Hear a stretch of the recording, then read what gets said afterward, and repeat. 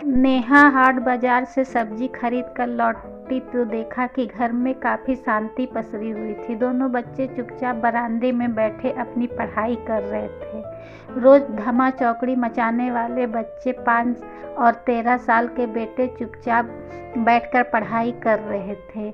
उससे उनकी बड़ी हैरानी हुई। नेहा के आते देखा दोनों बच्चे उनकी तरफ देखकर मुस्कुराए। बड़ा बेटा समर तो अपनी पढ़ाई में लग गया, लेकिन छोटा बेटा वीरेश थोड़ा चंचल है।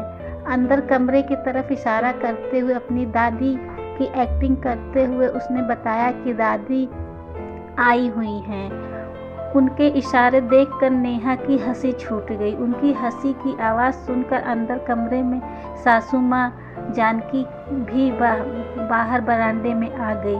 आते ही अपने अंदाज में बोली, ये क्या बड़ी बहू, मुझे पता था कि तू आज आने वाली हूँ, फिर भी शॉपिंग करने चली गई। बड़ा घूमने फिरने का शौक चढ़ा है मेरे पीछे से। अब यहाँ खड़ी खड़ी खी खी करके दांत क्यों दिखाती रहती? जा मेरे लिए चाय बना कर ला। माँ जी मैं शॉपिंग करने नहीं, सब्जी खरीदने गई थी, पास में ही हाट बाजार में। हाँ कुछ खरीदने तो गई थी ना, शॉपिंग ही कहते हैं।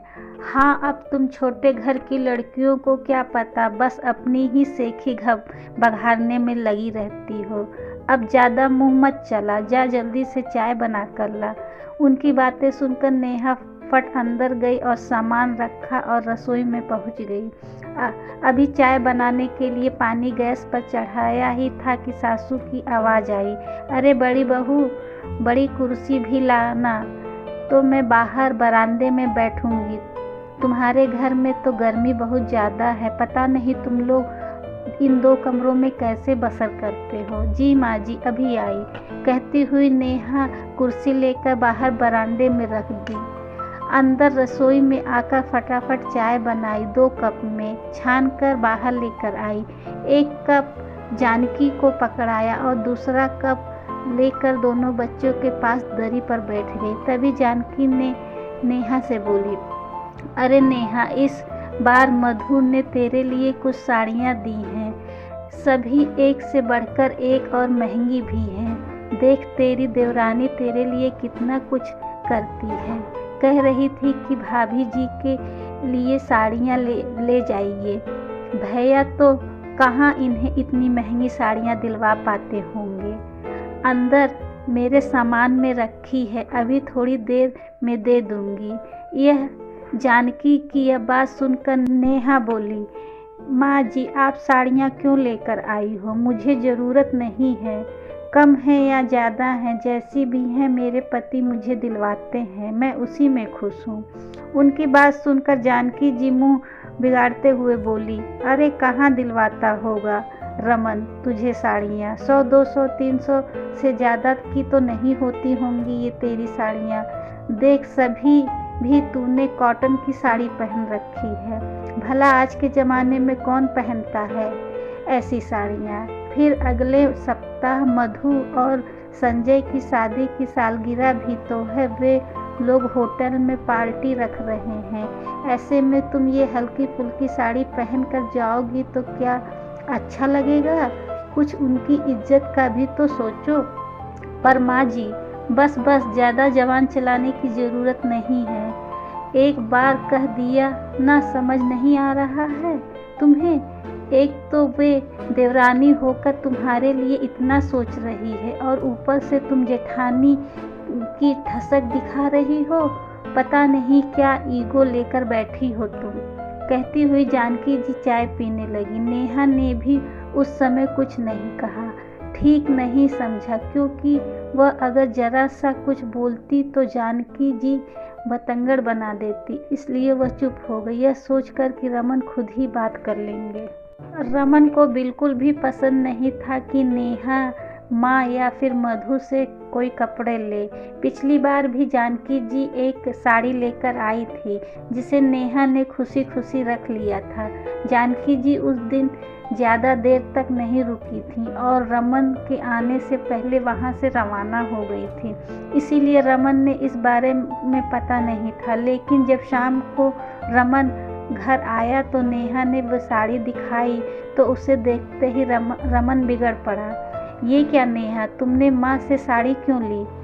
अचानक से रमन के सवाल ने नेहा को हड़बड़ा दी और फिर बोली, माँ जी इतने प्यार से लेकर आई थी तो तुम्हारे लिए मेरे प्यार की कोई वैल्यू नहीं है क्या, जो तुमने माँ की दी हुई साड़ी रख ली? मैं जानता हूँ कि अभी मेरे पास पैसे की कमी है, मैं तुम्हारी इच्छा पूरी नहीं कर पाता, पर इसका मतलब ये नहीं कि तुम किसी की उतरन अपने पास रख लो। उतरन? अचानक नेहा ने अवाक होकर रमन की तरफ देखने लगी। तब रमन बोला, हाँ ये उतरन ही है, मैंने ये साड़ी मधु को पहने देखा था। नहीं नहीं, आप यह क्या कह रहे हो? भला माँ जी मुझे उतरन क्यों देंगी? नेहा अभी भी मानने को तैयार नहीं थी। तुमसे ज़्यादा मैं जानता हूँ अपनी माँ को, वे कभी भी खुशी से कुछ नहीं देंगी। कहते हुए रमन ने फेसबुक से मधु को एक सप्ताह पुरानी फ़ोटो दिखाई। सचमुच मधु ने वही साड़ी पहन रखी थी। देखकर नेहा हैरान रह गई और बोली, तभी माँ जी कह रही थी कि इसका ब्लाउज कटवा कर रखा था, मिल नहीं रहा था, तुम किसी और ब्लाउज के साथ पहन लेना।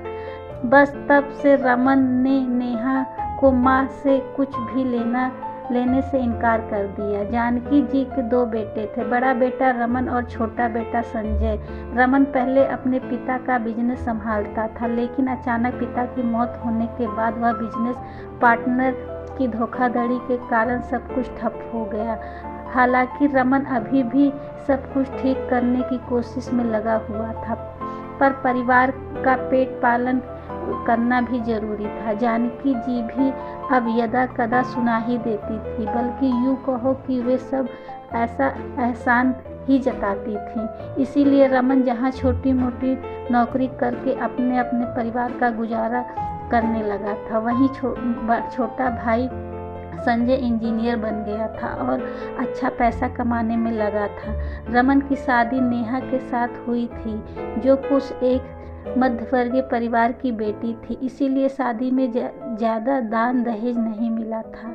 इस बात को लेकर जानकी जी हमेशा नेहा से गुस्सा रहती थी और रमन की छोटी मोटी नौकरी के कारण जानकी जी का पूरा मौका मिल गया था कि नेहा को वह परेशान करने लगी थी। लेकिन संजय की पत्नी मधु अमीर घराने की बेटी थी और काफ़ी दहेज लेकर आई थी। ऊपर से संजय की इतनी कमाई, उनकी पत्नी मधु और माँ जानकी को भी इस बात का बहुत घमंड था और यहाँ से दोनों बेटों में फ़र्क और ज़्यादा ही शुरू हो गया था। जानकी जी या संजय मधु की तारीफ करते नहीं थकती थी, वहीं रमन और नेहा की कमियाँ निकालने से भी नहीं चूकती थी। लेकिन इसके बावजूद भी रमन और नेहा अपने परिवार के साथ खुश थे।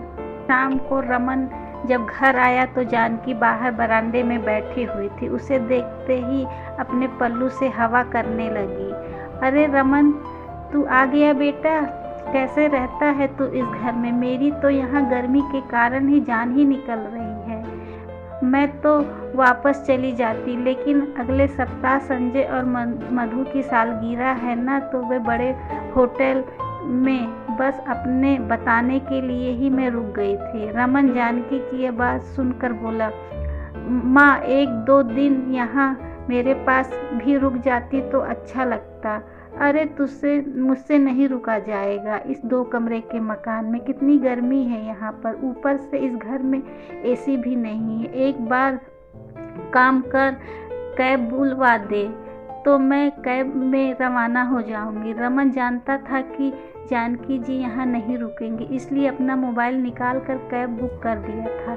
जानकी जी अपना सामान लेने अंदर गई, इतने में नेहा बाहर आई और धीरे से बोली, सुनिए जी, मेरे लिए मम्मी कुछ साड़ियाँ लाई हैं। मैंने मना किया पर वो सुनने को ही नहीं तैयार, उल्टा मुझे ही सुनाए जा रही। आप ही संभालिए माँ को।